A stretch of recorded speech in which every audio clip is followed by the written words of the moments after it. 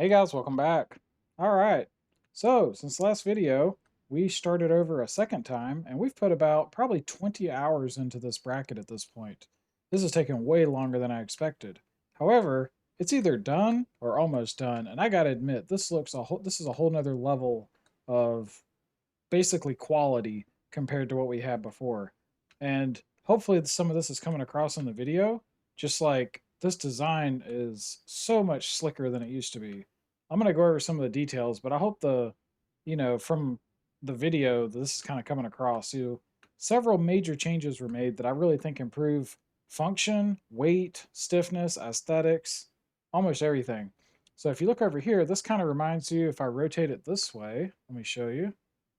This is kind of like a connecting rod. So the way I did this beam here, but that was for a couple things, for weight and for stiffness. So this whole section here is just hollow. So obviously it saves a lot of weight, but it also stiffens this up by having these two bridges coming across here that tie into this big piece. So I really like that. And of course that's our alternating tab.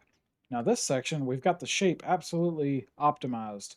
So this dimension from here to here, it's like an oval. And this is the perfect dimension to tension the pulley left and right, but no extra.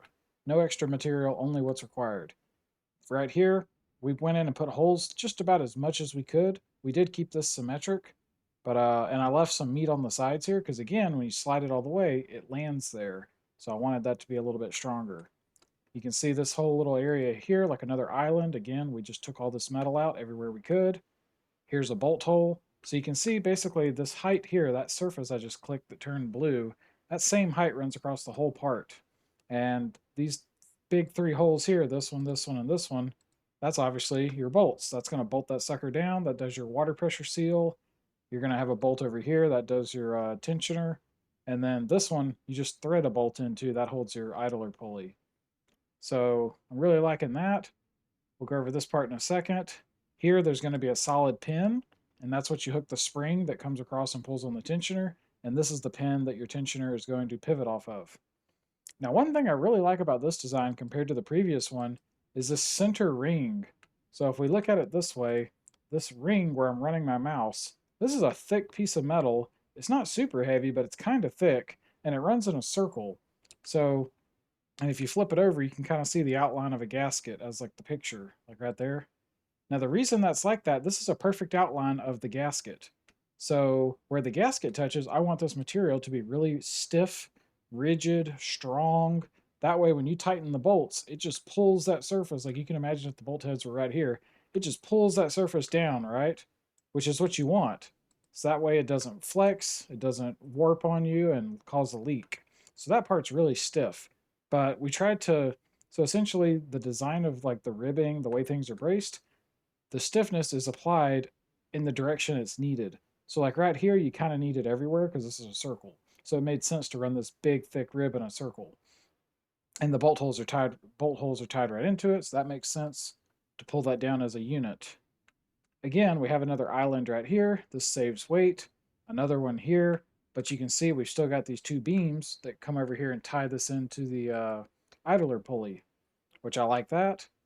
Um, this right here, we drilled some holes, which I don't have an idler pulley to show you, but when you install the idler pulley, the ID can touch like right here, and the OD has this big boss that gets squeezed against it. And I left that material uninterrupted for maximum support. So it's like, to me, it's the compromise or like a balance of strength, stiffness, but still with weight savings.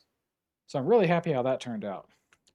Now let's look at something else. So here, as we talked about before, we've integrated this. This is all one piece, no more welding, but I did go back and do some more optimization.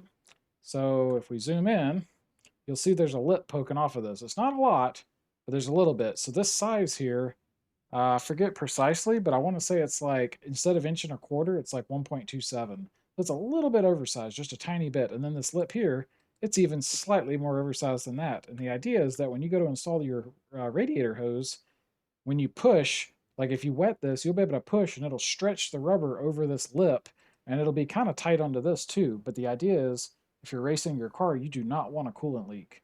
So I tightened this up a tiny bit. I think that improves, basically once you put your hose clamp, you obviously have positive retention by having this lip so the hose won't come off. But by tightening it up like that, that gives you a narrow spot for high pressure. That'll give you a good liquid seal, which is important. Also, another thing you'll note, let me turn on my cross-section view. Perfect, it's already set up. So if we look at it this way, once we do the area where the hose clamp goes, where it needs to be straight to clamp a hose on, after that we taper this out. This taper angle's 30 degrees, and this results in a hole. I'm just shooting from memory, but it's about a 2-inch hole, something like that. So I think that's pretty good because that taper is going to help the water kind of spread out.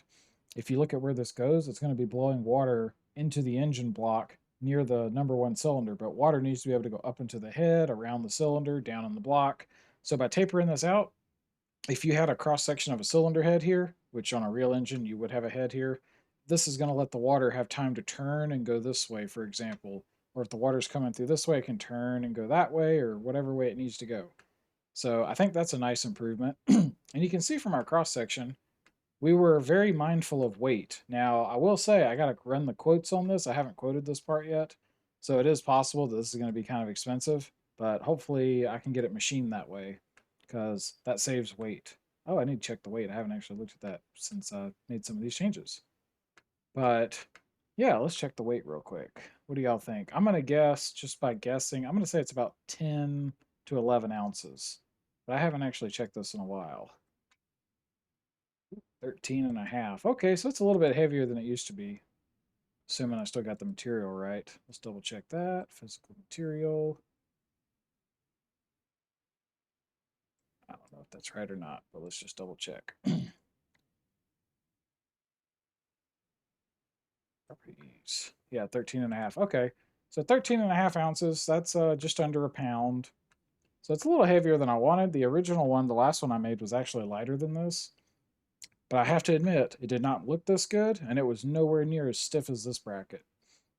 So this thing, and plus it didn't have this wing on the side either. So I don't think it's that bad. I haven't weighed a stock water pump, but these things have to weigh a few pounds because they got steel and cast iron in them as well. But overall, I'm really happy with how this thing turned out. Uh, I think this is going to, serve the community well. People that are looking to upgrade their cooling. I guess I need to do a video on that. I've already spent all this work designing it. So I really need to make a video like explaining what it does, how this is going to help your car. But rest assured, I really believe this is going to help some people improve the cooling of their, either turbocharged car, supercharged car, highly modified, very powerful car, drift cars. Drift cars are probably a good example. So you can get that maximum water flow all the time. But anyway, those guys have a hard time cooling, or they can. So anyway, that's going to wrap this video up. I hope you guys like this. I'll be getting this quoted, and this will be going into manufacturer probably in the next week or two, as long as the design's done. So anyway, y'all check this out. Let me know what you think. If you got any ideas, and until next time, y'all take it easy.